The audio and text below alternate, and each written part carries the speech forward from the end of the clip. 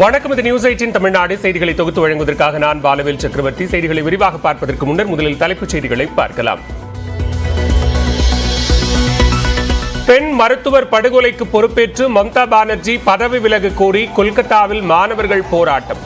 காவலர்களின் தடுப்புகளை தூக்கி எறிந்து முன்னேறியதால் தடியடி.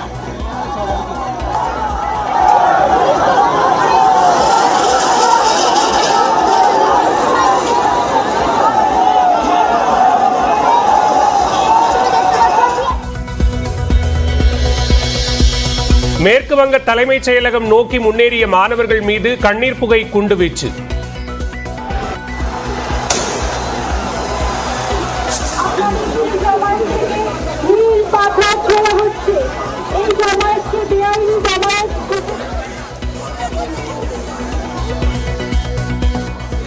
தண்ணீரை பீச்சி அடித்தும் விரட்டிய காவலர்கள்.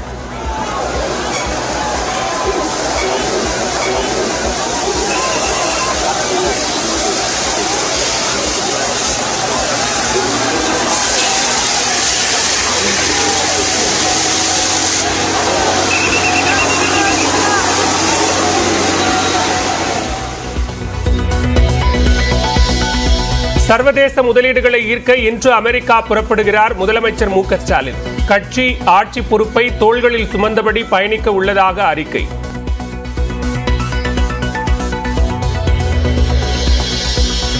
தயாநிதி மாறன் தொடர்ந்த அவதூறு வழக்கில் சென்னை நீதிமன்றத்தில் எடப்பாடி பழனிசாமி ஆஜர். 70 வயதானதை கருத்தில் கொண்டு நேரில் ஆஜராவதிலிருந்து விலக்கு அளிக்க கோரிக்கை. அண்ணாமலையை கடுமையாக சாடிய அதிமுக முன்னாள் அமைச்சர் ஜெயக்குமார். எடப்பாடி பழனிசாமியை விமர்சிக்க தகுதியில்லை என காட்டம். உங்களுடைய நிலைமை ஒரு விட்டில் பூச்சி. விட்டில் பூச்சி எத்தனை நாள் தெரியுமா? அதனுடைய வாழ்க்கையே 7 நாள். விட்டில் பூச்சி ஒரு முழுமையான அளவுக்கு பார்த்தீங்கன்னா ஒரு மின்மினி பூச்சி. இந்த அளவுக்கு தான் அண்ணாமலையினுடைய அந்த ஒரு அரசியல் நிலைமை இருக்கு.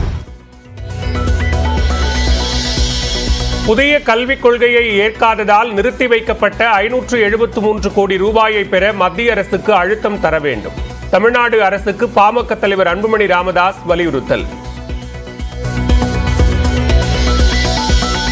எடப்பாடி பழனிசாமியை தரக்குறைவாக பேசியதாக அண்ணாமலையை கண்டித்து அதிமுகவினர் போராட்டம்.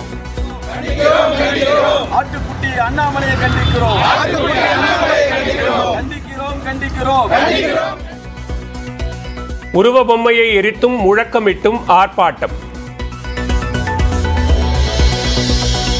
பகுஜன் சமாஜ் கட்சியின் சின்னத்தை கொடியில் பயன்படுத்துவதாக விஜயின் தாவேக்க மீது புகார். கொடியில் இருந்து யானை உருவத்தை அகற்ற வேண்டும் என தலைமை தேர்தல் அதிகாரியிடம் பகுஜன் சமாஜ் சார்பில் மனு.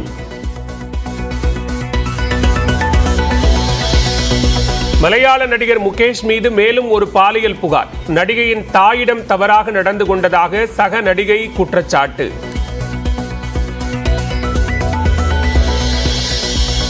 டெல்லி மதுபான கொள்கை முறைகேடு வழக்கில் கவிதாவுக்கு ஜாமீன். அமலாக்கத்துறை தரப்பில் கடும் எதிர்ப்பு.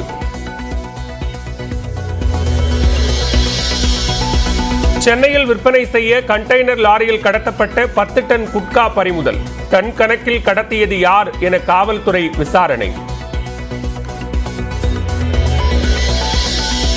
மதுரை, பெங்களூரு, நாகர்கோவில், சென்னை வந்தே பாரத் ரயில் சேவை சில நாட்களில் தொடங்கப்பட வாய்ப்பு. பிரதமர் நரேந்திர மோடி தொடங்கி வைக்கிறார். திண்டுக்கல் மாவட்டம் கொடைரோடு அருகே 26,000 ரூபாய்க்கான கள்ள நோட்டுகள் பறிமுதல். ஜெராக்ஸ் மிஷின் உடன் சிக்கிய 9 பேரை பிடித்து விசாரணை. கோவை மாவட்டம் பெரியநாயக்கன் பாளையம் அருகே வறுமையால் பெண் குழந்தையை விற்றதாக தாய் கைது. 1 லட்சம் ரூபாய்க்கு குழந்தையை வாங்கியவரும் பிடிபட்டார். குஜராத்தின் வதோதராவில் ஒரே நாளில் 26 சென்டிமீட்டர் கொட்டி தீர்த்த மழை.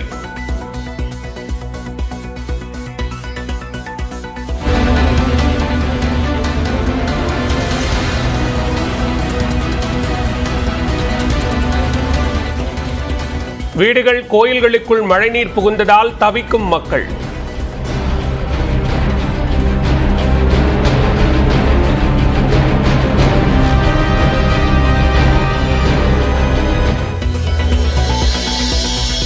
சென்னை கொருக்குப்பேட்டையில் 60 வயது முதியவரை முட்டித் தள்ளிய மாடு, கால் மற்றும் இடுப்பு எலும்பு முறிந்த நிலையில் மருத்துவமனையில் அனுமதி.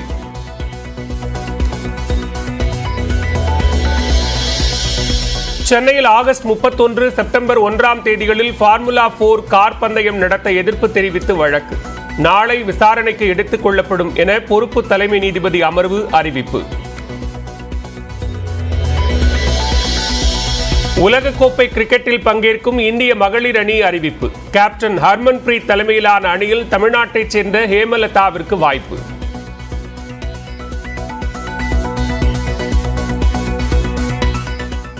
பாஜக தலைவர் அண்ணாமலை மீண்டும் எடப்பாடி பழனிசாமியை கடுமையாக விமர்சித்திருக்கிறார். அதை தற்போது பார்க்கலாம். ஆமாங்கய்யா ஒத்துக்கிறேங்க ஐயா. 3 ஆண்டு தான் இருக்கு. அதில் அவர் சொன்னது அண்ணன் நியாயமாக தான் சொல்லியிருக்காரு. எந்த தப்பு இல்லை. ஒரு 100 மீட்டர் ரேஸில் அண்ணன் ஜெயக்குமாரன் என்ன சொல்லுவார்னா, எனக்கு 75 வயசு ஆயிடுச்சு, 50 வயசு அனுபவம் இருக்கு, ஒலிம்பிக்ஸில் அனுப்புங்கன்னு சொல்லுவாரா?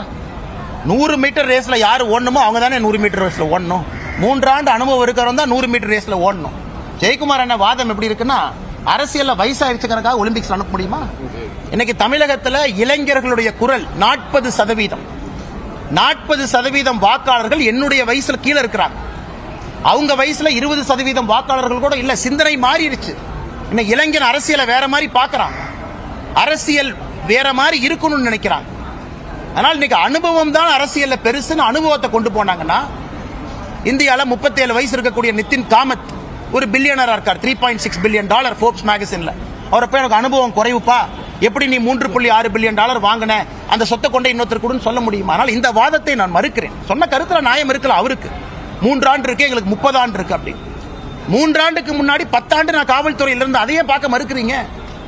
10 ஆண்டு காவல்துறையில எத்தனை அரசியல்வாதிகளை குப்பை கொட்டி இருப்பேன், எத்தனை பேர்த்து அரசியல்வாதியை டீப்பா பார்த்திருப்பேன், அதையே மறுக்கிறீங்க. அதற்கு முன்பு இன்ஜினியரிங் 4 ஆண்டு படிச்சிருக்கேன், அதுவும் மக்களோட இருந்துதான், அதையே மறுக்கிறீங்க. லக்னோவில் 2 ஆண்டுகள் MBA படிச்சிருக்கேன், அதையே வேண்டாங்கிறீங்க. 10 ஆண்டுகள் கிராமத்தில் மம்முட்டி பிடிச்சி தண்ணி பாய்ச்சிருக்கேன், பால் கறந்திருக்கேன், சாணி எடுத்திருக்கேன், விடிய அப்பாவோட தோட்டத்தில் போய் தண்ணி கட்டியிருக்கேன், அதையே மறுக்கிறீங்க. அதுவும் அனுபவம் தானே. 10-15 ஆண்டுகள் விவசாயியாக இருந்திருக்கின்றேன், மாணவனாக இருந்திருக்கின்றேன், காவல்துறை அதிகாரியாக இருந்திருக்கின்றேன். இவ்வளவு செஞ்சிருக்கேன். இதெல்லாம் அனுபவம் இல்ல. அரசியல்னா கிளை தலைவரா ஒரு வெள்ளை வேட்டியை கட்டிக்கிட்டு வெள்ளை சட்டையை போட்டுக்கிட்டு கும்பிடு போட்டுக்கிட்டு அப்படியே எலெக்ஷனுக்கு பணம் கொடுத்தா தான் அரசியல்வாதியா? அது அவருடைய பாணியில் அரசியல்வாதியாக இருந்த அனுபவம் என்றால் இது இல்லைன்னு நான் சொல்றேன். ஆனால் அவர் ஓட்டப்பந்தயத்துக்கு போவாரா? நாளைக்கு மோடி ஐயாக்கு ஃபோன் பண்ணி, அண்ணா எங்க தலைவர் 70 வயசு ஆயிருச்சு, பொதுச் செயலாளர், அவருக்கு அரசியல் அனுபவம் தமிழ்நாட்டில் அதிகண்ணே, அதனால் 100 மீட்டர் ஓட்டப்பந்தயத்துக்கு அனுப்புன்னு சொல்ல முடியுமா? அனுபவம் எங்க தேவையோ அனுபவம் இருக்கலாம். இன்னைக்கு உலகத்தில் இருக்கக்கூடிய தலைவர்களை பாருங்க. ஜேவியர் மேலி, அர்ஜென்டினா, வயசு என்னங்கண்ணா? இதுக்கு முன்னாடி ரிஷி சுனக் இருந்தாங்க, வயசு என்னன்னா? உலகம் முழுவதும் இருக்கக்கூடிய தலைவர்கள் பாருங்க. இட்டலியில பாருங்க, வயசு என்ன? பிலோ 35 இன்னைக்கு வட அமெரிக்கால அதிபர்களாக இருக்கிறாங்க. இன்னைக்கு பங்களாதேஷில் இருக்கக்கூடிய இன்ட்ரியம் அட்மினிஸ்ட்ரேஷன் இருக்கக்கூடிய 21-22 வயசு பசங்க மாணவர்கள் 3 அமைச்சரவை பொறுப்பை நிர்வகிக்கிறாங்க. அதனால் இன்னும் அவங்க அந்த காலத்தில் உட்கார்ந்து இருக்கிற மாதிரி 70 வயசு 60 வயசுனா இந்தியா மாறிடுச்சு. அவர்களுக்கு புரிவதற்கு நேரமாகும். வரும்பொழுது அவர்கள் புரிந்து கொள்வார்கள்.